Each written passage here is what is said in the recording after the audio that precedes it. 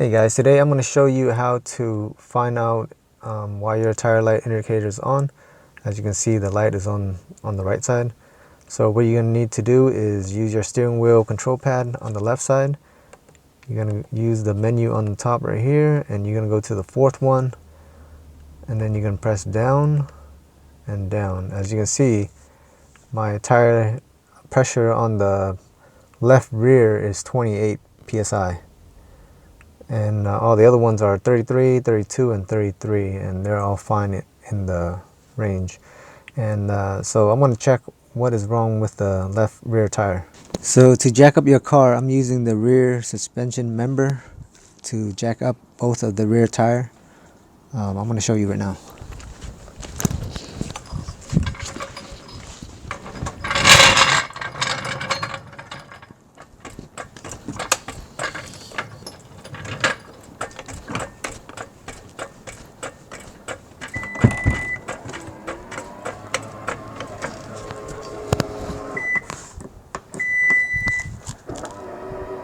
You also gotta watch out that the rear door, the sensor is right here, so it's gonna automatically think you're trying to open it, so you gotta be careful.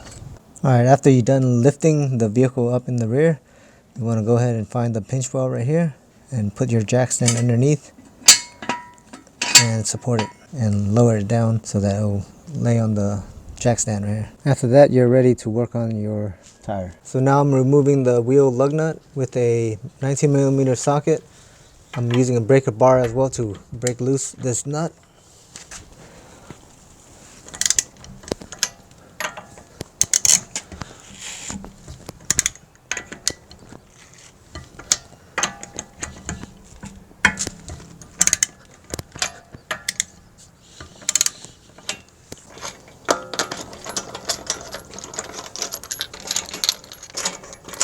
Now for the last lug nut, you gotta be careful, it's gonna fall off, so you gotta hold it tight, make sure it doesn't fall off.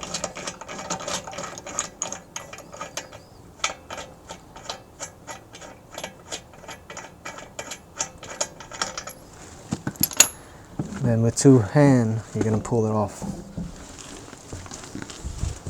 Now when you have the wheel off, you're gonna go and rotate the tire until you see a nail protruding. There can be multiple. So if you find one, you go ahead and get a chalk and mark it.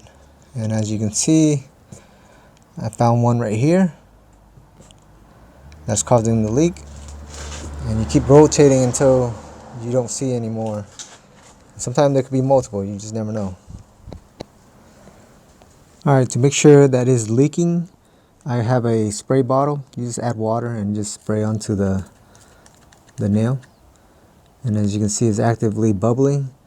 When you see it's bubbling, then you know that air is escaping it. So that is a active leak. So I'm going to go ahead and patch it up now. Alright, here are the tools that I'll be using. When you buy the tire repair kit, it comes with the tools. This is to make the hole bigger. This is to push the tire repair insert. So this one, you put the tire repair insert through this hole. Then you're going to use the rubber cement to lubricate it so that when you push through, it'll go through smoothly. Because without the rubber cement, it's going to be very dry and you're using your full strength and it's going to be impossible to push the insert through. Next, you're going to need a dike to remove the nail. And then I'm using the drill to make the hole bigger because with this, it's a little bit harder to push through. So I'm using this to drill it through to make it the hole bigger. And then I'm going to insert this and see if it works. And then, then I'm going to push this one through. So what I like to do before I remove the nail is I want to pump this tire up to 40 psi so that when I remove the nail, it'll be easier for me to remove it compared to a flat tire. So when it's hard, rock hard tire, it's easier to remove the nail than when it's flat.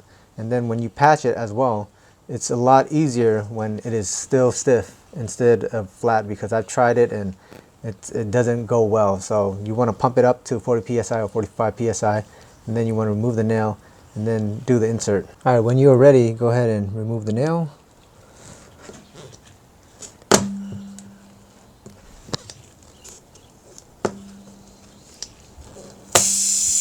And then you try to use this to patch it or to close it.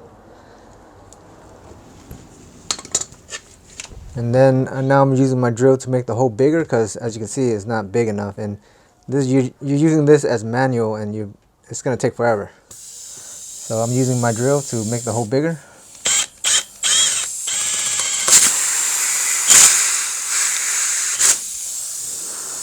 Then I use my tool to plug it and manually create the hole bigger.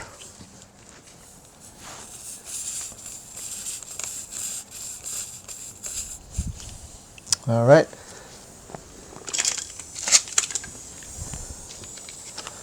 Now you're gonna get your tire repair insert ready.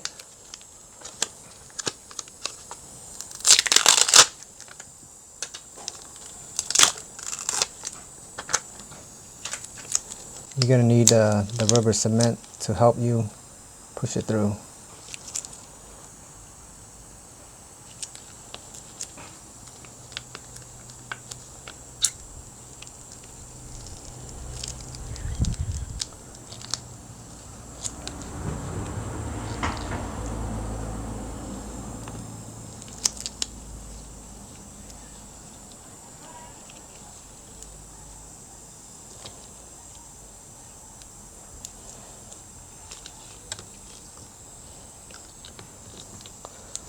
It gets very messy, so I recommend using gloves.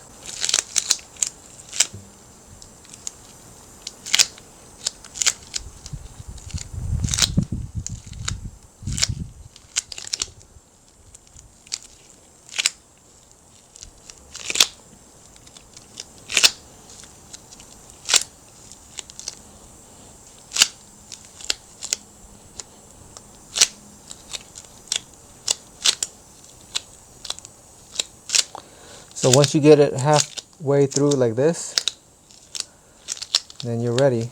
So go ahead and lube this up. Put a lot of it, or else it's not gonna go through the tire.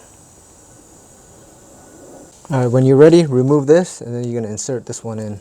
Make sure the hole's big enough. So I'm pushing all the way down, and then I'm gonna lift it up.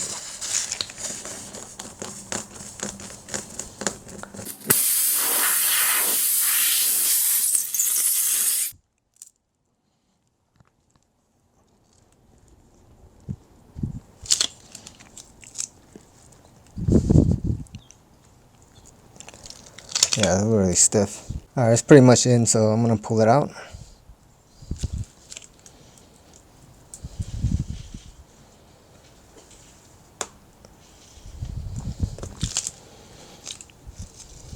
And then you're gonna cut the excess with the diagonal cutter.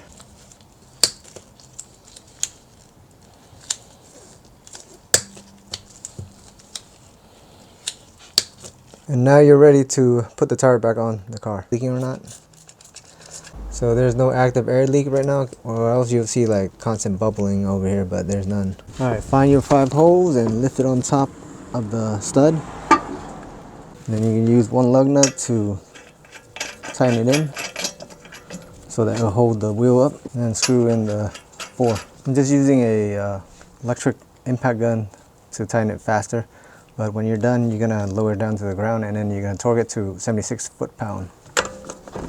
And when you're torquing it, make sure it's in a starlight pattern. So 1 right here, up, diagonally, and then across, and then up here.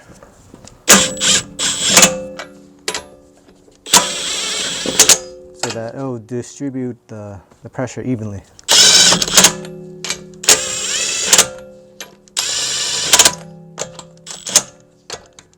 Alright, so now I'm going to lift up the vehicle and then remove the jack stand and lower down the vehicle.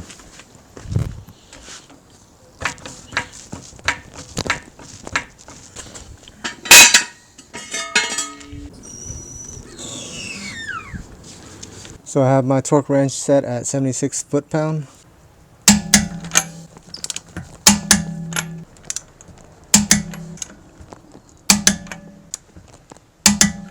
After that, go ahead and inflate your tire to 32 psi. Close the valve stem cap. Now to double check if your tire light is still on, go ahead and turn on your vehicle. You're just going to give it a couple of minutes, and then your tire will detect the tire monitor. Or you could go for a drive and they'll check the tire pressure, and then they'll turn off the light when it is detecting that it is all in range and there's no leak.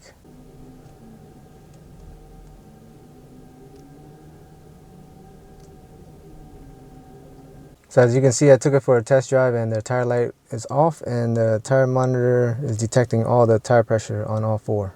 And it is within range, so it is turned off. And that's it.